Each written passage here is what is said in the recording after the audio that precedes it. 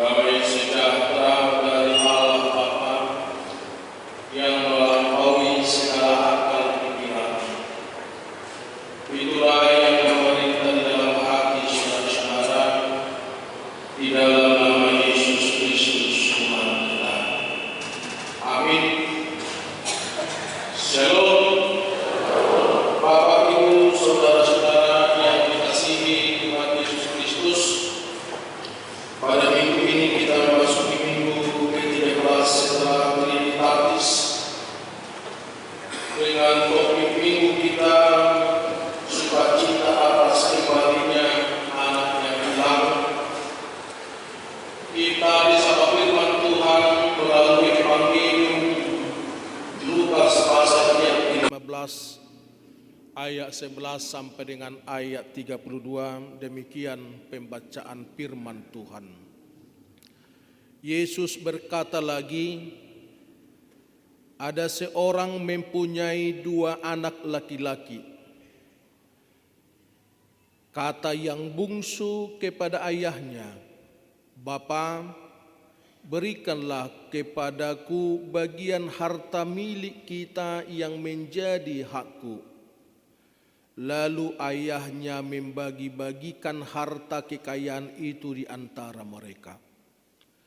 Beberapa hari kemudian anak bungsu itu menjual seluruh bagiannya itu lalu pergi ke negeri yang jauh. Di sana ia memboroskan harta miliknya itu dengan hidup berpoya-poya. Setelah dihabiskannya semuanya, timbullah bencana kelaparan di dalam negeri itu dan ia pun mulai melarat. Lalu ia pergi dan bekerja pada seorang majikan di negeri itu. Orang itu menyuruhnya ke ladang untuk menjaga babinya. Lalu ia ingin mengisi perutnya dengan ampas yang menjadi makanan babi itu. Tetapi tidak seorang pun yang memberikannya kepadanya.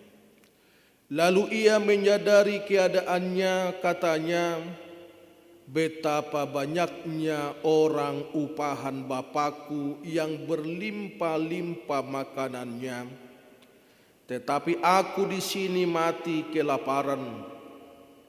Aku akan bangkit dan pergi kepada Bapakku dan berkata kepadanya, Bapa, aku telah berdosa terhadap sorga dan terhadap Bapa.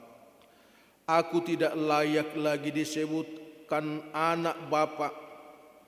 Jadikanlah aku sebagai salah seorang upahan Bapa.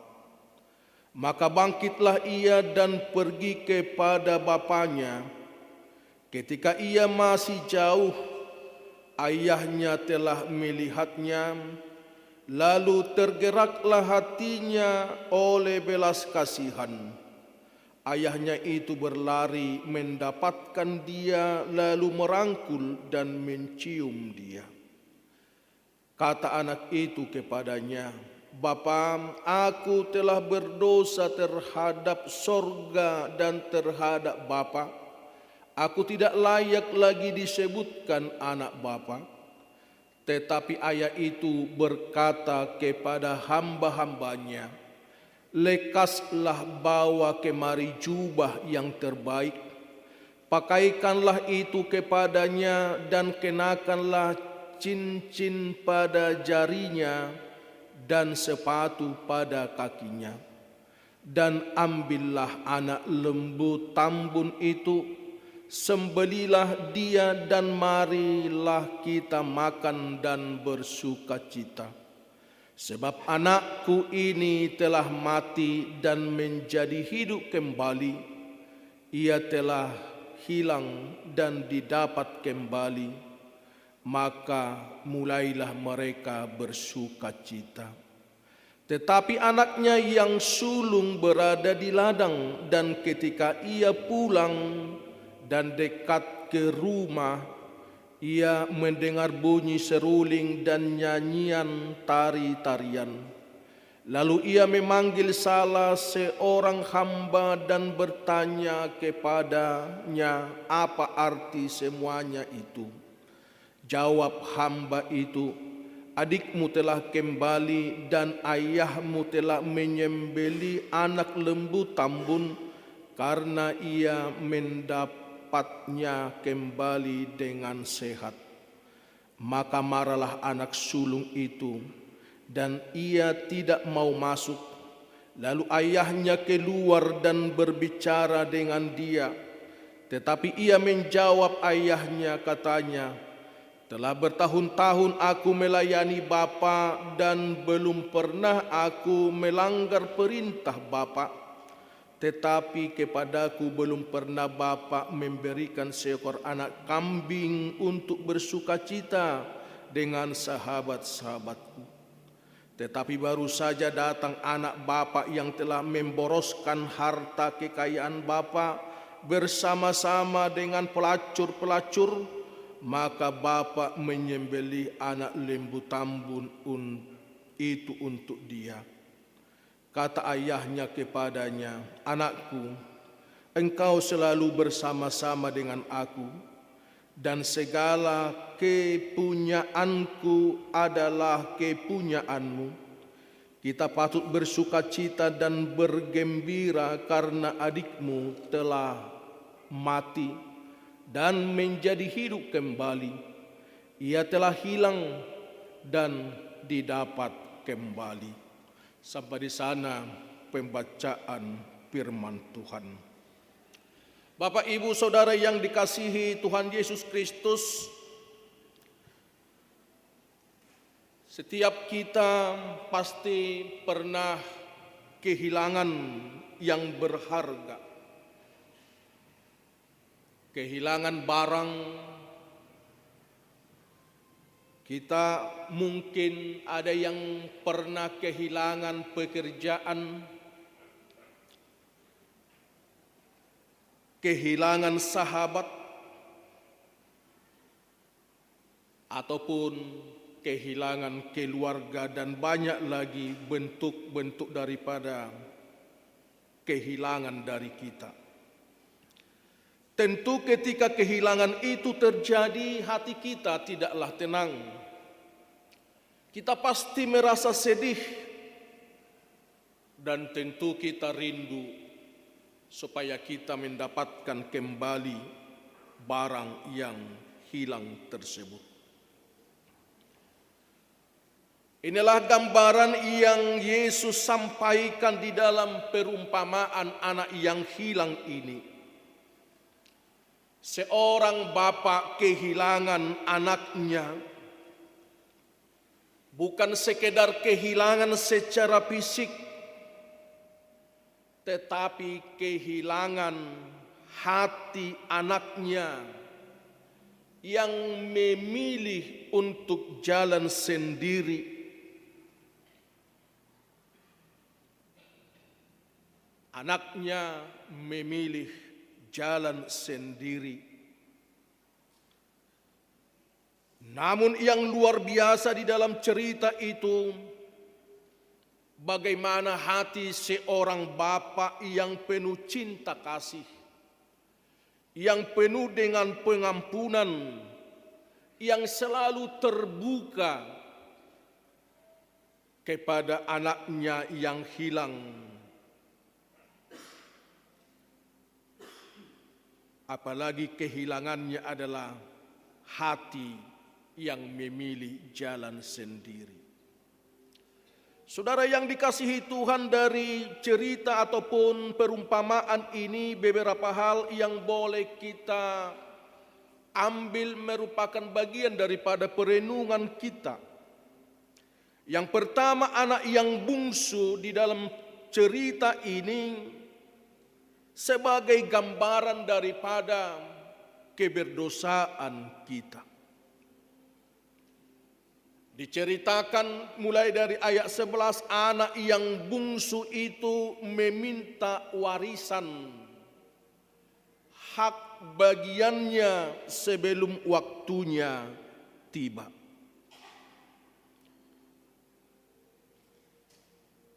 Dia meminta bagiannya selama ataupun pada saat masih ada bapaknya. Dalam konteks daripada Yahudi, tindakan seperti ini meminta bagian ataupun warisan dari orang tua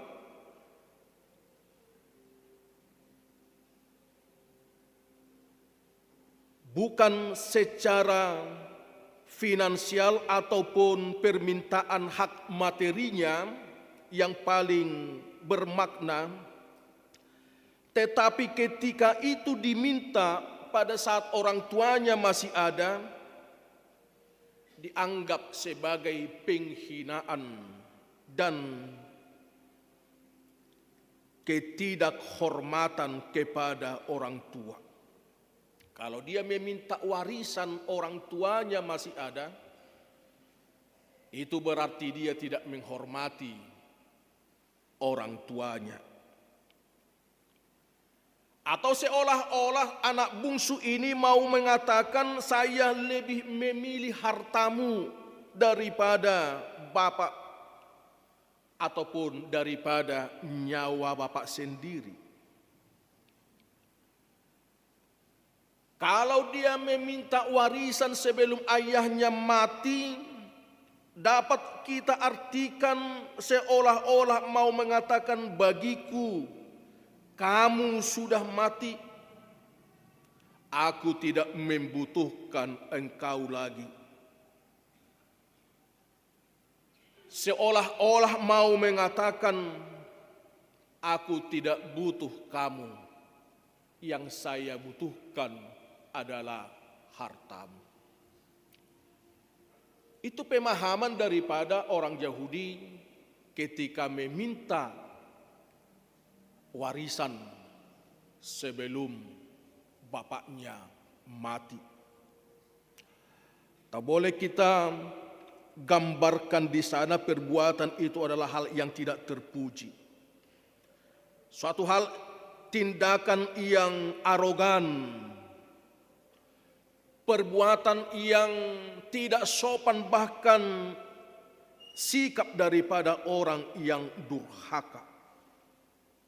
Kalau di sini dibicarakan tentang orang Yahudi tadi, saya tidak tahu bagaimana orang Batak dengan meminta warisan. Jolo mati dunia tuai-tuai, manang jolo tikise hak dope. Yang pasti bagi kita orang Batak, tidak jarang kita orang Batak karena warisan nahamarangi saling berantem, saling berebut satu dengan yang lain. Paling tidak bagi orang Batak sebelum orang tua itu meninggal sudah dibuat catatan ataupun merupakan wasiat untuk pembagian daripada hartanya. Tetapi kalau untuk dijual, sebisanya bagi kita orang Batak itu tidak diperkenan. Tetapi lebih parah lagi bagi orang Yahudi tadi, orang Israel, ketika diminta warisan daripada orang tuanya itu masih ada, itu sama halnya dengan prinsip yang mengatakan, aku mau hartamu, kamu tidak perlu lagi samaku. Suatu pernyataan yang sangat ekstrim, yang tidak baik. Tetapi saudara yang dikasihi Tuhan, inilah gambaran kita juga di hadapan Tuhan. Kita ini sebagai orang yang berdosa. Terkadang kita lebih mencintai berkat-berkatnya daripada pribadi, daripada Bapa itu sendiri. Kita lebih cinta kepada harta benda daripada mencintai Bapa itu sendiri. Kita ingin bebas tanpa aturan. Akhirnya kebebasan kita adalah kebebasan yang menjerumuskan kita.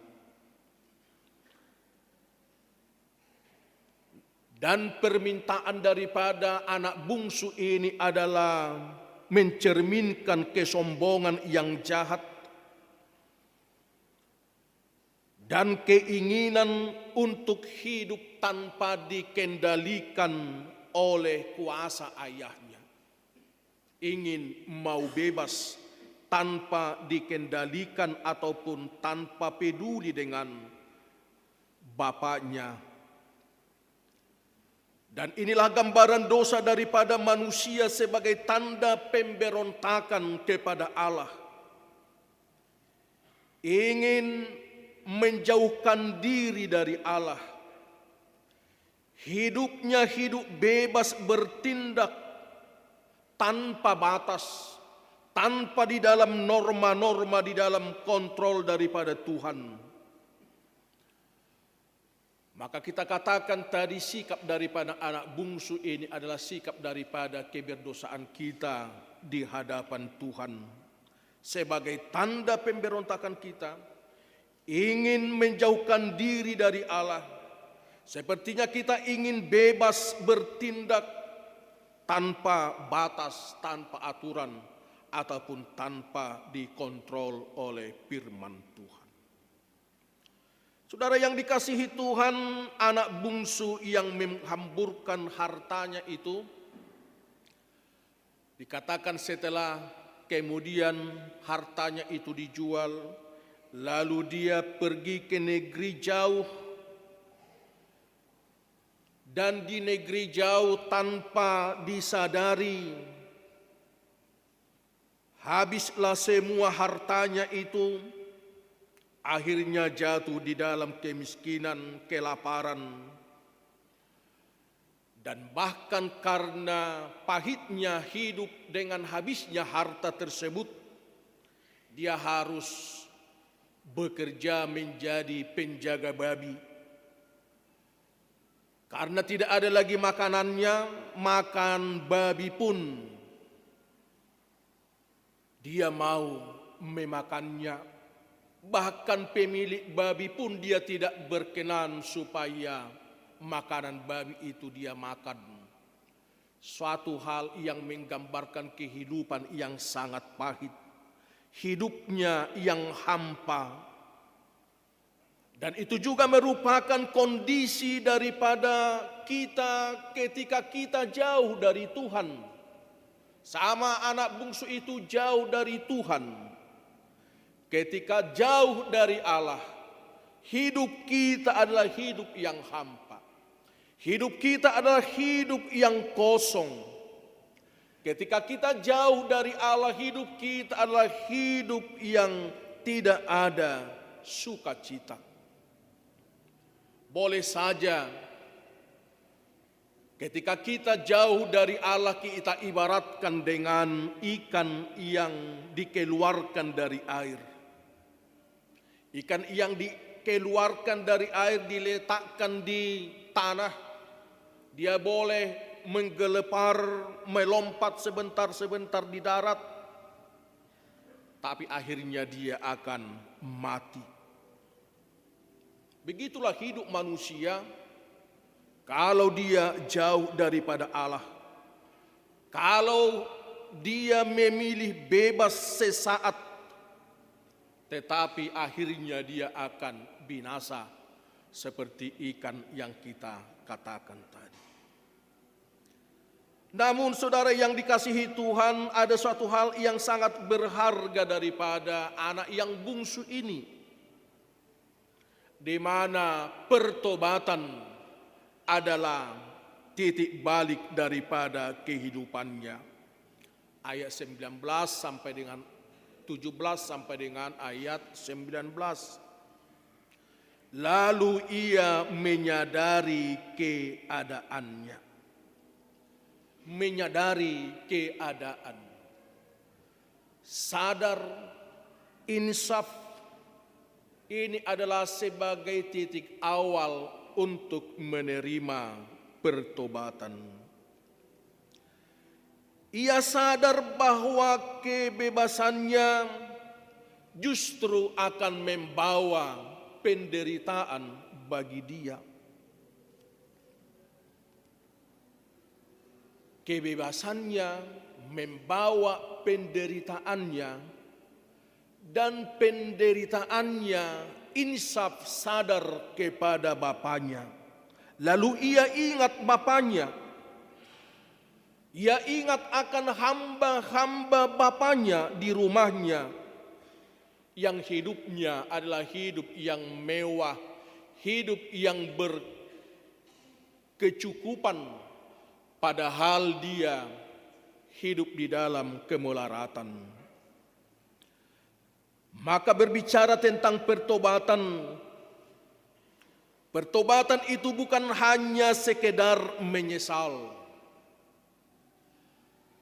tetapi orang yang menyesal dia adalah harus berbalik arah. Menyesal, dan orang yang menyesal itu tidak boleh hanya sekedar menyesal. Ngasalah biau, ampun. Tetapi orang yang menyesal itu harus ada akil baliknya, harus dia kembali berbalik arah. Anak bungsu ini tidak hanya menyesal, tetapi dia bangkit, dia pulang. Tentu yang menjadi perenungan juga bagi kita tentang pertobatan. Apakah kita yang mengalami pertobatan itu hanya sekedar yang mengatakan saya sudah bersalah? Atau apakah kita benar-benar pulang kepada Bapa kita? Atau apakah kita masih merasa aman jauh yang daripada Tuhan? Menjadi sadar itu sangat penting. Sadar insaf itu sangat penting. Tetapi kita katakan tidak cukup hanya sadar, tetapi sadar itu harus di dalam bentuk yang konkret. Sadar itu harus ada perbuatan nyata, harus ada kembali ke jalan, ada tindakannya, ada perubahannya.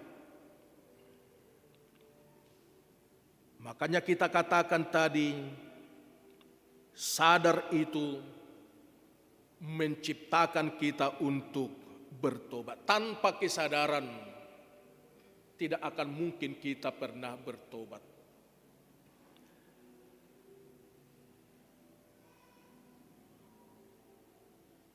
Yang ketiga, kasih Bapa tidak pernah berubah. Dalam ayat 20 dikatakan, lalu ia bangkit berdiri, ketika ia masih jauh ayahnya melihat, tergeraklah hatinya oleh belas kasihan. Ayahnya berlari mendapatkan dan merangkul dan mencium dia. Itulah kasih daripada Bapa tersebut. Kembali kepada tradisi ataupun kebiasaan orang Yahudi, budaya Timur Tengah, tidaklah lazim seorang bapa harus berlari,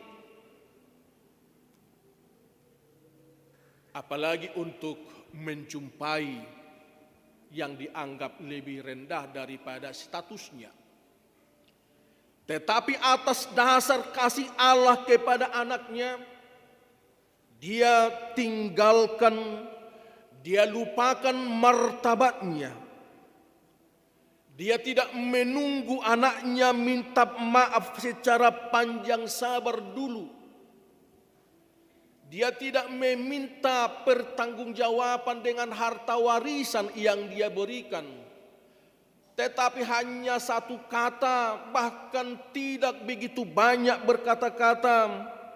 Sebelum anaknya itu berbicara, dia sudah lebih dahulu memeluknya, merangkul dan menciumnya. Sebagai tanda anak tersebut dipulihkan. Inilah kasih Allah kepada kita. Dia tidak menunggu kita dulu menjadi orang yang sempurna, lalu dia mengasihi kita. Namun di saat kita berdosa, Kristus sudah lebih dahulu mengasihi kita.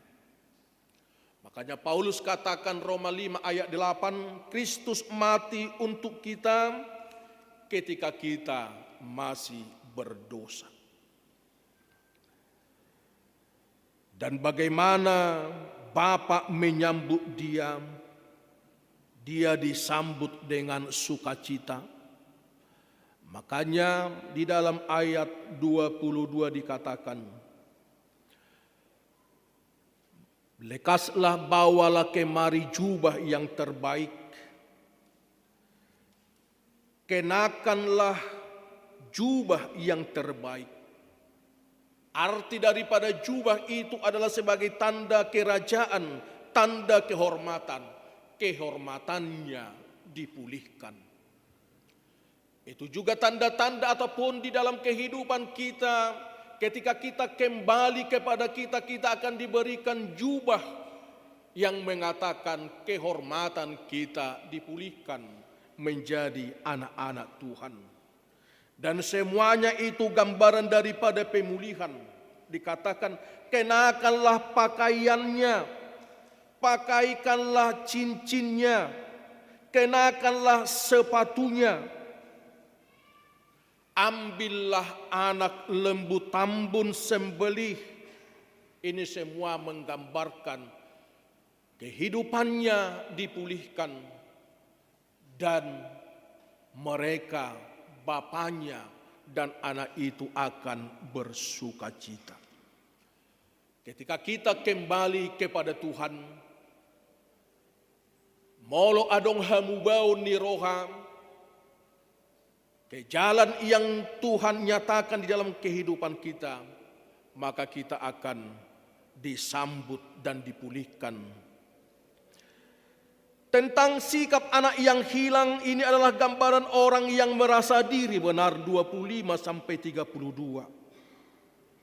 Kalau kita membaca anak yang hilang itu, sering fokus kita adalah tentang anak bungsu. Padahal anak sulung juga perlu kita lihat. Anak sulung dikatakan, aku tidak pernah keluar rumah. Aku ini adalah anak mami. Aku ini adalah taat. Tetapi bapak tidak pernah motong kambing pun tidak pernah bagian daripada kecemburuan. Dia merasa diri taat, tetapi hatinya pahit. Ia merasa diri lebih benar. Ia merasa diri lebih pantas, lebih layak daripada anak bungsu. Maka kita juga sering seperti anak sulung tersebut. Merasa diri lebih baik daripada orang lain. Merasa diri kita lebih dan lebih daripada yang lain. Lalu kita menganggap diri kita lebih suci, lebih hebat. Orang lain adalah orang yang tidak layak. Namun dari pesan Yesus di sini mau mengatakan, kasih Tuhan itu bukanlah kasih yang eksklusif. Bukan hanya kepada orang satu golongan tertentu. Bukan hanya kepada orang-orang yang baik, merasa baik, bahkan kepada orang yang jahat sekalipun Tuhan mengasihi. Dan ketika mereka belum ada pertobatan, tangan Tuhan akan selalu terbuka untuk dia. Maka nats ini mengajak kita jangan lari, jangan tinggalkan Allah. Mungkin dunia menjanjikan kebebasan kepada kita, tetapi hanya ada di dalam Allah kehidupan yang sejati. Maka bangkitlah kita pulang karena pertobatan sejati ada dalam tindakan nyata, bukan hanya pengakuan ataupun penyesalan di dalam mulut saja. Dan kita syukuri kasih Allah, karena kasih Allah itu tidak pernah berubah. Meskipun kita jatuh di dalam dosa, tetapi seperti anak bungsu itu, Tuhan selalu menunggu dan mengharapkan kita kembali kepada Dia.